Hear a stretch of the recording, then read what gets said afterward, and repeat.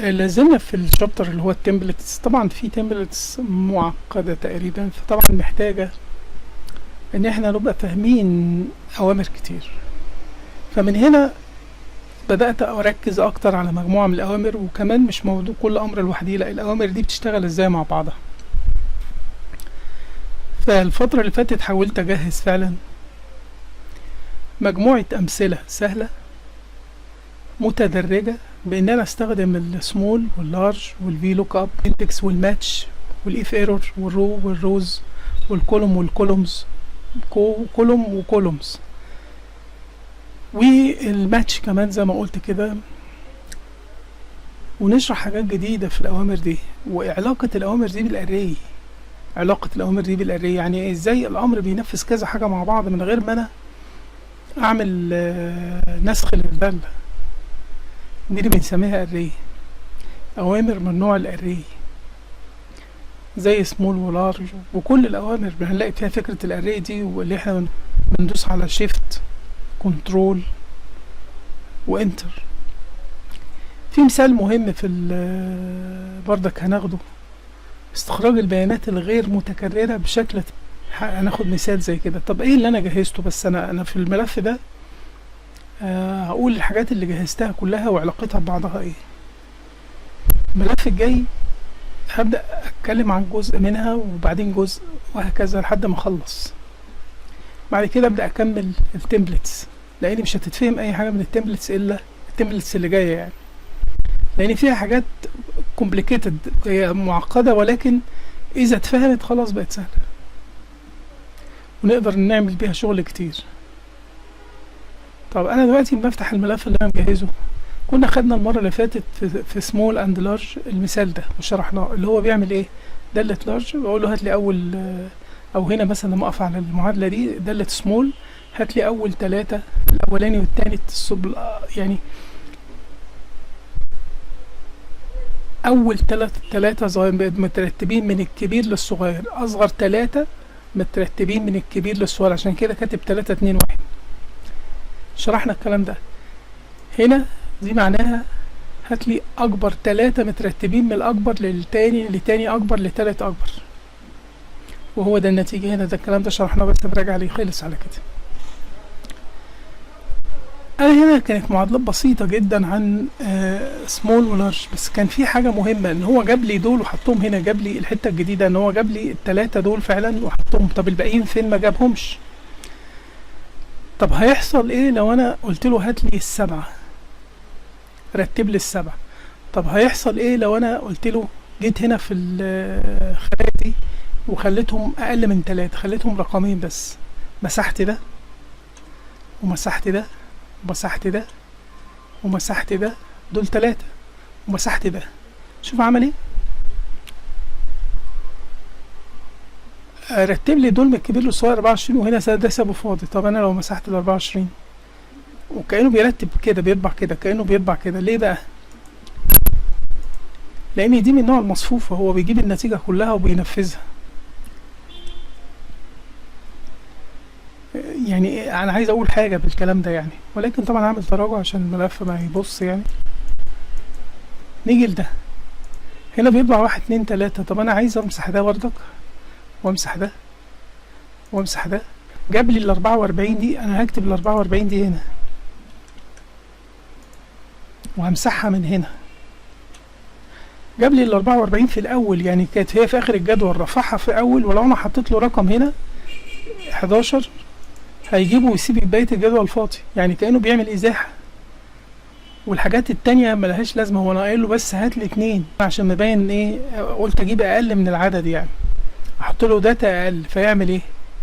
فيجيب يحرك كده، فكأن الداتا دي اتحركت كده. ال44 جت هنا وال11 جت تحتها وكل الباقي ده فاضي.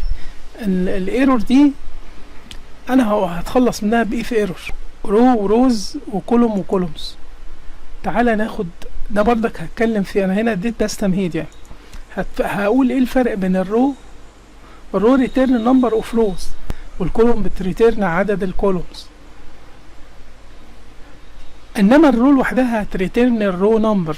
مالتي سيل اري او دايناميك اري اللي هي كنترول شيفت انتر. هنشرح الكلام ده مثال هنا دي دالة اللي ظاهرة لي الايكويشن دي اللي هي ايه. وايه بقى حكاية القصص دي ايه اللي انا مش عامل معادلاتها، اللي هي المالتي سيل اري برضك بايه، باستخدام كولومز بدل كولوم ورينج. كولوم ورينج يعني ليها كذا طريقة، كولوم ورينج كولوم ورينج، هنفهم الكلام ده.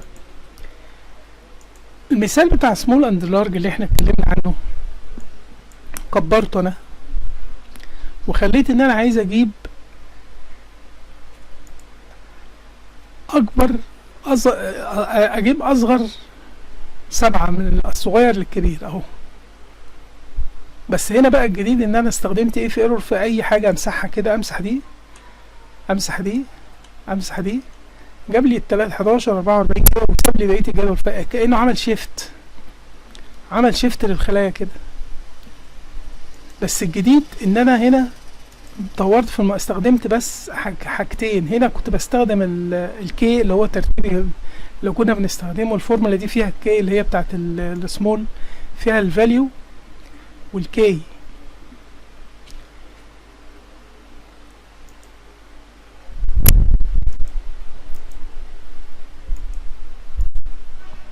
السمول فيها الاري والكي.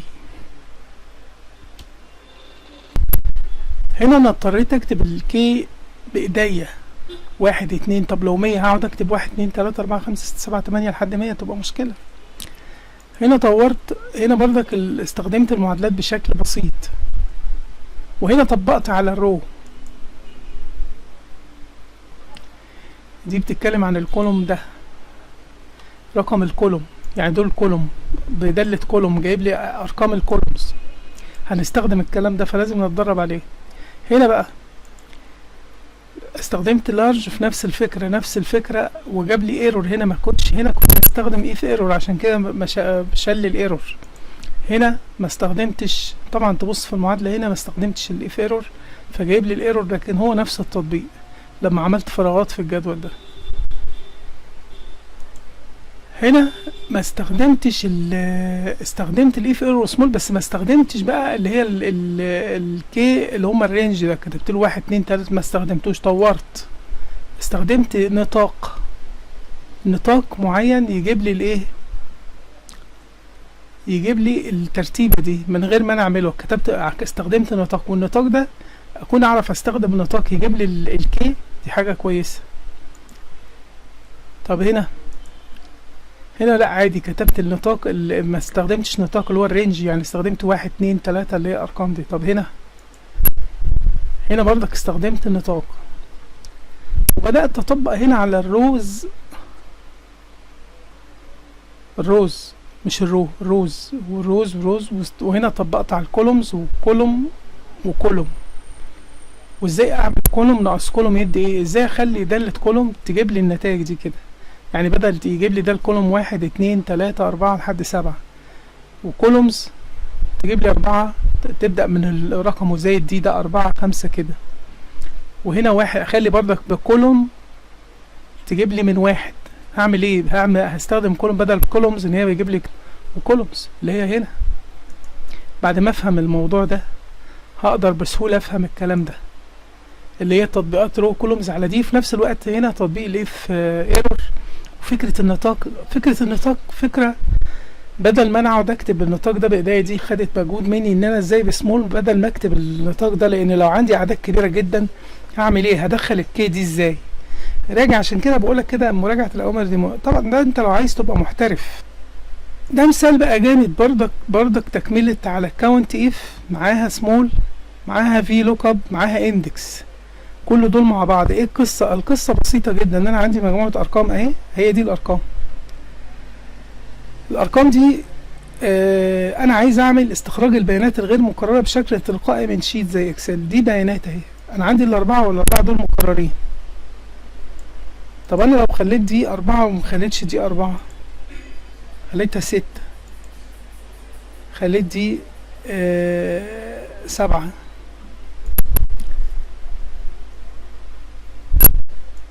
خليت دي 7 و7 3 سبعات كده،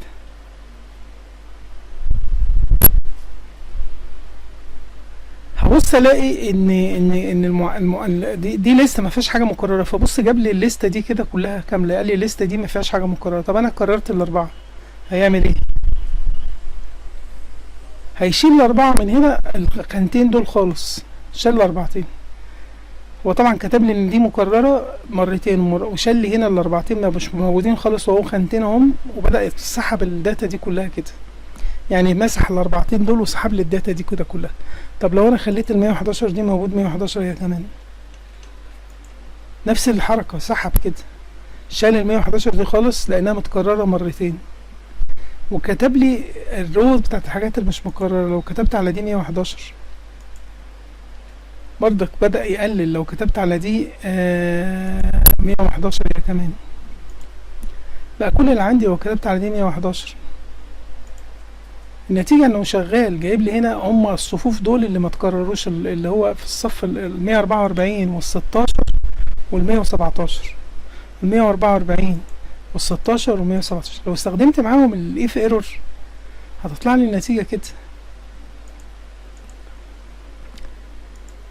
مثال عن الكولوم، ازاي اجيب من جدول ريكورد معين باستخدام دي المعادلات على فكرة، بالفي لوك اب والكولوم. الفي استخدام الكولوم مع الفي لوك اب، واستخدام الكولومز، مرة استخدمت الكولومز وهي برضو بيجيب لي نفس النتيجة، ومرة استخدم ايه الفرق بين استخدام الكولوم والكولومز، حاجات طبعا دقيقة. examples ده ازاي ان انا اجيب اقل 3 ارقام من ده بكذا طريقة. ممكن بامر واحد يجيب لي اول 3 ارقام ويجيبهم لي بالطريقة دي، مع ان ال3 ارقام اللي هما ده وده اللي هو 7500 8100، يعني هنا جاب لي دول بس اول 3، انا عايز اجيب اول 3. ده بقى المثال العبقري، ده المثال العبقري. بس هو هنا المثال ده هو عايز اوصل للنتيجة دي، ازاي وصلت لها؟ شرحته قبل كده في الملف اللي فات، ترجع له وشوف انا كنت عايز اقول ايه. في الاخر برضك نرجع تاني ان انا عايز اوصل للمثال ده، اللي انا عندي كشف في بيانات ناس، اجي في الشيت اجي في الشيت ده اختار بالليست دي سعيد 12، يجيب لي بيانات العميل اللي اسمه سعيد 12، سعيد 1 يجيب لي بيانات العميل اللي اسمه سعيد 1 بالاجمالي بتاعه اللي دفعه. يعني مثلا دي اي بيانات، بس هي بيانات. فازاي بالسرعة دي؟ طبعا المعادلة بالمنظر ده فيها اف ايرور وفيها اندكس وفيها سمول وفيها رو مكتوبة بطريقة معينة، وفيها رو تاني بطريقة معينة في مكان معين ما بينفعش نكتب فيه رو، وفيها ماتش وفيها اف ايرور. لو ما فهمناش الاوامر دي كويس مش هنفهم معادلة واحدة هي اللي بتعمل كل الكلام ده، معادلة واحدة هي اللي بتفهم ده. الشغل اللي انا مجهزه اللي احنا هنبدأ نشرحه بالتفصيل اللي ما شرحناهوش فيه. ويجي المثال الاخير اللي انا قلت عليه بشكله المثالي ده، انا كنت عملت له تحليل بخطوات، عملت له تحليل بخطوات، ان انا امشي بخطوات لحد ما اوصل للحلول دي، يعني خطوة خطوة، يعني بحيث ان في الاخر المعادلة النهائية اللي انا وصلت اللي هي الاخيرة دي هي بردك معادلة. هنا في ازاي انا اختزل المعادلة لو مشيت في خطوات، لكن في نفس الوقت انا جاي في الاول يعني لازم المعادلة تبقى كبيرة، لازم المعادلة ابقى فاهمها. بس التقسيمة دي الهدف منها ايه؟ الهدف منها ان انا بختصر يعني بشتغل على جدول اوصل لده، ده يوصلني من ده اوصل لده. الفكر المبدئي. وبعد كده ازاي احط معادلة واحدة زي كده اللي هي دي تجيبه مرة واحدة. مش هقدر اكتب معادلة واحدة من غير ما اكون فاهم التفاصيل بتاع كل عنصر وامتى اكتبه وليه ما اكتبوش، وبعدين ما بتكتبش من اول مرة. تابع معايا بقى الملفات الجاية بتركيز بعد ما نمسك حاجة. شكرا، سلام.